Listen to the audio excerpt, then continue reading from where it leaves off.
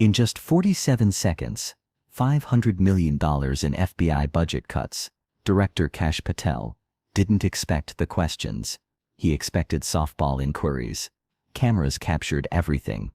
The Senate chamber erupted. What did Senator Mazie Hirono uncover that made the most powerful law enforcement official in America completely lose his composure?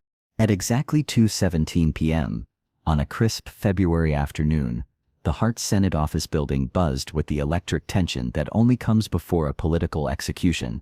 Senator Mazie Hirono walked into the FBI oversight hearing like a prosecutor who had already won her case. Her burgundy blazer was pressed to perfection, her folder thick with classified documents, her expression carrying the weight of 16 years in Congress.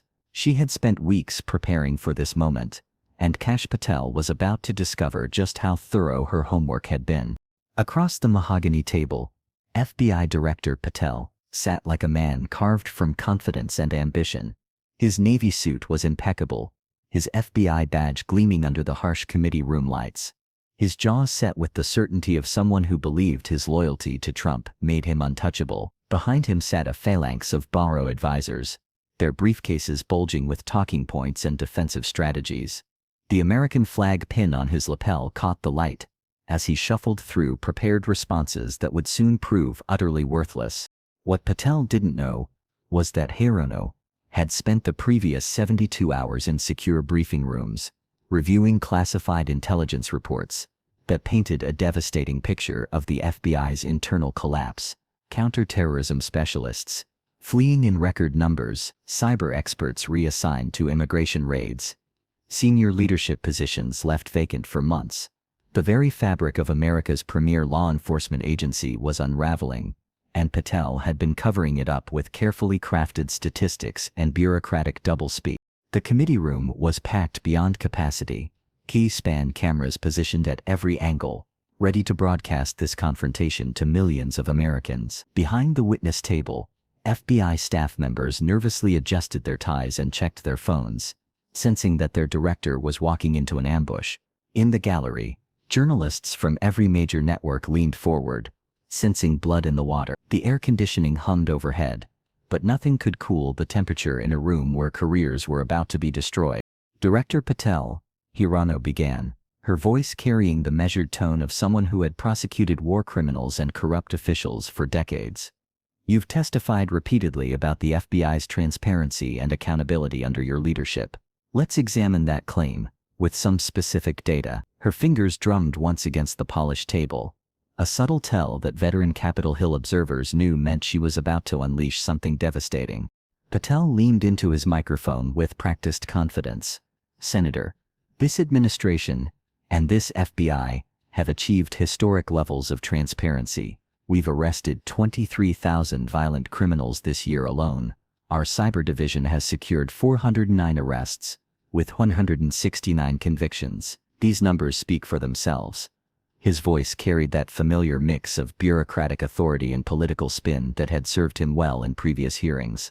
But Hirono wasn't interested in his prepared talking points. She opened her folder with the deliberate precision of a surgeon making an incision. Director, since January 20, 2025, how many FBI personnel have left the Bureau through retirement, resignation, or termination? The question hung in the air like a blade waiting to fall. Patel's confident expression flickered for just a moment. His eyes darted to his advisors, then back to Hirono. Senator, we've seen plus-ups in every field office across the country. Hawaii has received significant additional resources. California and Florida have seen the greatest allocation of new personnel. He was already deflecting, already avoiding the direct question that every person in that room knew he couldn't answer honestly. That's not what I asked, Director. Hirono's voice sharpened like a prosecutor cornering a hostile witness. I asked for a specific number. How many have left? She removed a classified document from her folder, its red top secret markings visible to the cameras, because according to this internal FBI memo dated February 15th, over 3,200 agents and analysts have departed the Bureau in the past 7 months. That's nearly double the historical attrition rate. The silence that followed was deafening. Patel's face drained of color. His hands, which had been gesturing confidently moments before, now gripped the edge of the witness table until his knuckles turned white. Behind him, his advisors exchanged panicked glances. In the gallery, reporters were already typing frantically, knowing they were witnessing something extraordinary. "Senator," Patel finally managed, his voice noticeably tighter, "you're looking for a media hit and a fundraising clip, and I'm not going to give it to you." The words came out more defensively than he intended, lacking the authority he usually commanded. It was the response of a cornered animal, not a confident law enforcement leader. The chamber erupted. Republican senators shifted uncomfortably in their seats. Democratic members leaned forward, sensing opportunity. In the gallery, audible gasps rippled through the assembled press corps. C-SPAN's cameras zoomed in on Patel's face, capturing every micro-expression of a man watching his credibility collapse in real time. Hirono's eyebrows rose in genuine surprise, though she quickly composed herself. "Director Patel, I'm asking about the operational capacity of the Federal Bureau of Investigation. Are you suggesting that congressional oversight is merely a political stunt?" Her voice carried the kind of quiet outrage that veteran senators reserve for moments of institutional betrayal. Patel realized his mistake immediately, but it was too late. The words were already out there, already being recorded, already being transmitted to millions of Americans watching C-SPAN. He tried to recover. "What I meant was," but Hirono cut him off with surgical precision. "Let me ask you about something else, Director. You mentioned transparency. Can you tell this committee the names of the individuals currently serving as Executive Assistant Director for National Security and Executive Assistant Director for Intelligence?" She consulted her notes with theatrical deliberation. Both positions were vacated when the previous holders were forced out at the beginning of the year. Patel's jaw clenched visibly. His right hand moved to adjust his tie, a nervous gesture that FBI behavioral analysts would later identify as a clear stress response. "I'm not going to give you names so you can attack them," he said, his voice rising slightly in both pitch and defensiveness. "Attack them?" Hirono's voice carried genuine incredulity. "Director, these are senior FBI officials responsible for protecting America from terrorists and foreign spies. The American people have a right to know who holds these positions. Why won't you name them?" The question hung in the air like an accusation. Patel looked around the room, as if searching for an escape route that didn't exist. His prepared talking points had evaporated. His media training had abandoned him. For the first time since becoming FBI director, Kash Patel was operating without a script. "The people sitting in those seats are extremely qualified," he said weakly, his voice lacking any of its earlier conviction. "We would not have achieved our results with unqualified personnel." But even as he spoke, everyone in the room could hear the hollow ring of deflection in his words. Hirono pressed forward relentlessly. "Director, you've mentioned achievements and statistics repeatedly, but achievements by whom? Under whose leadership? If you won't name the officials responsible for national security and intelligence operations, how can Congress or the American people evaluate their qualifications?" Each question was a precision strike, designed to expose the fundamental contradiction at the heart of Patel's testimony. What followed was perhaps the most devastating exchange in recent congressional hearing history. Hirono methodically dismantled every aspect of Patel's transparency claims. She revealed that counterterrorism specialists had been reassigned to immigration enforcement. She exposed that cyber experts were pulled from their specialized roles to supplement local police work. She documented how senior positions remained unfilled or were occupied by acting officials with no permanent authority. "Director," she continued, consulting another classified document, "this internal communication from the FBI's cyber division shows that 40% of specialized cyber analysts have been reassigned to other duties. At the same time, we're facing unprecedented threats from Iranian, Chinese, and Russian hackers. How do you reconcile your claims of operational excellence with the systematic dismantling of the FBI's specialized capabilities?" Patel's response was a masterclass in bureaucratic evasion. All agents remained on their primary duties, while surging to allocate resources for interagency operations, he said, the words coming out in a rushed, rehearsed cadence that fooled no one. "That's not a yes or no answer," Hirono shot back. "And frankly, Director, that's been the pattern throughout this hearing. You refused to provide specific numbers about departures. You refused to name officials in key positions. You refused to acknowledge the documented reassignment of specialized personnel.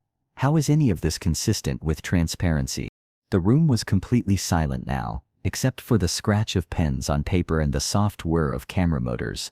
Even the usually restless gallery had gone still, sensing they were witnessing something historic. Patel sat frozen at the witness table, his earlier confidence replaced by visible distress. But Hirono wasn't finished. She had saved the most damaging revelation for last. Director Patel, let me ask you about the FBI's budget. You've accepted a cut of nearly $500 million for the coming fiscal year. Given the staffing losses, the reassignments and the operational disruptions, how do you justify telling the American people that the FBI is operating at peak efficiency? The question hit Patel like a physical blow. His face went ashen. His hands trembled slightly as he reached for his water glass. Behind him, his advisors looked like they wanted to disappear into their chairs. The budget cuts had been classified information, not supposed to be public knowledge for another month. Senator, Patel said, his voice now noticeably strained, budget allocations are part of ongoing negotiations that I can't discuss in this forum. But everyone in the room knew it was too late. The damage was done. Hirono leaned back in her chair with the satisfaction of a prosecutor who had just secured a conviction. Director, throughout this hearing, you've claimed transparency while refusing to provide basic information about FBI operations. You've claimed operational excellence while overseeing massive departures of specialized personnel. You've claimed accountability while accepting budget cuts that will further degrade the Bureau's capabilities. The American people deserve better than this. She paused, letting her words resonate throughout the chamber.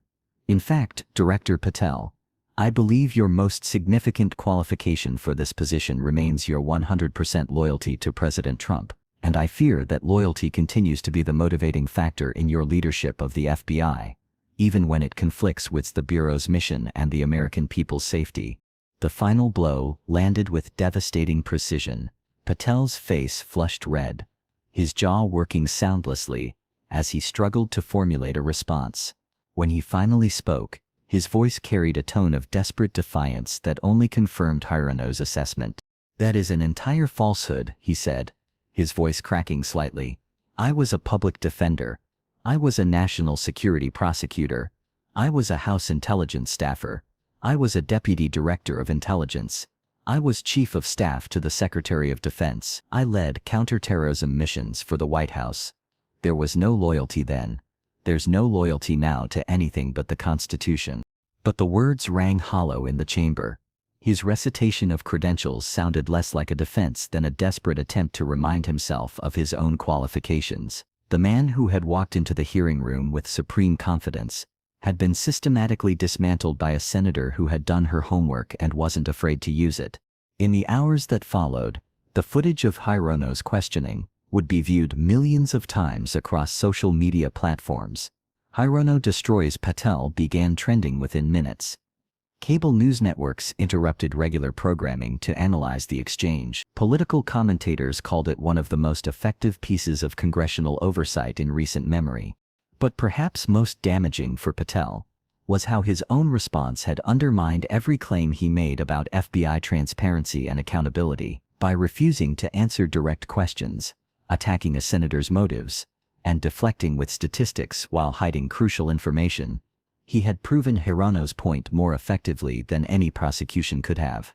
The hearing revealed something fundamental about the state of American institutions under the current administration. When the nation's top law enforcement official treats congressional oversight as a personal attack, when transparency becomes a talking point rather than a practice, and when loyalty to a political figure supersedes loyalty to the Constitution, democracy itself is under threat.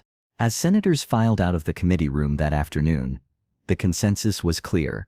Senator Mazie Hirono had not just questioned an FBI director, she had exposed the systematic politicization of American law enforcement and the dangerous precedent of placing personal loyalty above institutional integrity. Within hours, the political earthquake had reached every corner of Washington. In secure briefing rooms across Capitol Hill, Senior intelligence officials were fielding frantic calls from committee chairs, demanding answers about the FBI's operational capacity. The Pentagon quietly began reviewing its own intelligence sharing protocols with the Bureau. CIA Director William Burns reportedly canceled a scheduled joint briefing with Patel, citing scheduling conflicts that everyone understood meant institutional embarrassment.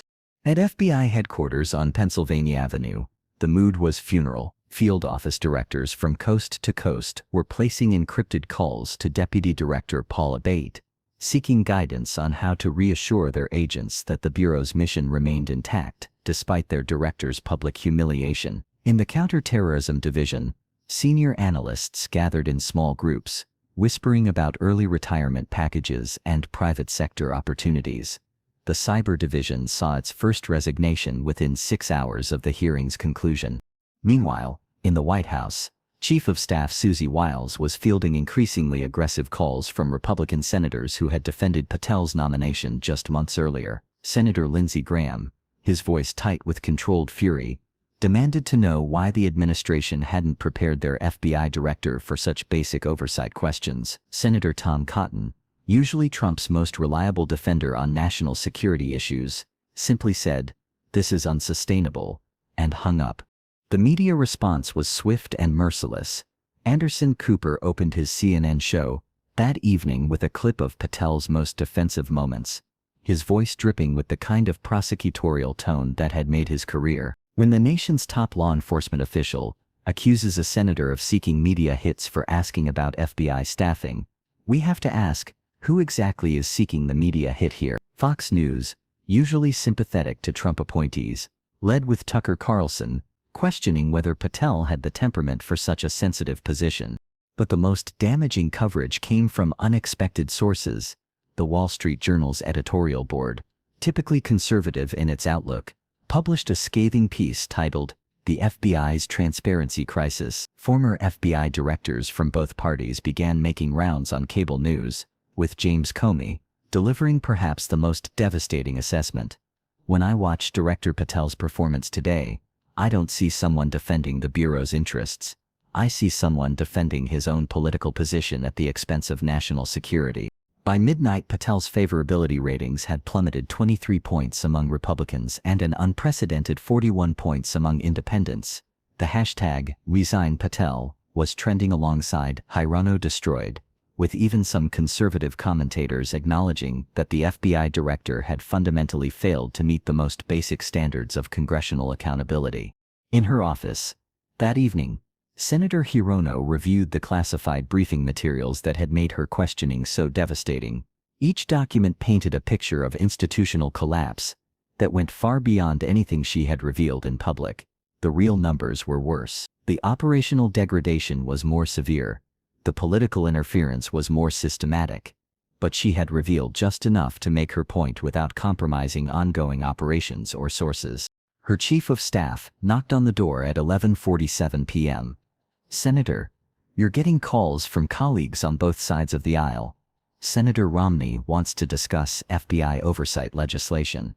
Senator Manchin is talking about budget hearings. Even Senator Cruz's office reached out about transparency requirements." The political implications were cascading beyond party lines. 3 time zones away, in his McLean, Virginia home, Kash Patel sat in his study, surrounded by law books and framed photos from his government service. His phone had been ringing constantly since the hearing ended, but he wasn't taking calls. His wife had retreated upstairs after watching the footage, understanding that their life was about to change dramatically. On his computer screen, the C-SPAN replay showed his face, frozen in that moment, when Hirono's questions had stripped away all his prepared defenses. Sometimes the strongest weapon isn't a badge or a subpoena. It's truth documented and revealed at precisely the right moment. If this story revealed the gap between rhetoric and reality in American government, don't just watch, like, share, and subscribe to Independent Truth, where accountability isn't optional and transparency isn't negotiable. Hit the bell. The next revelation might be about your democracy.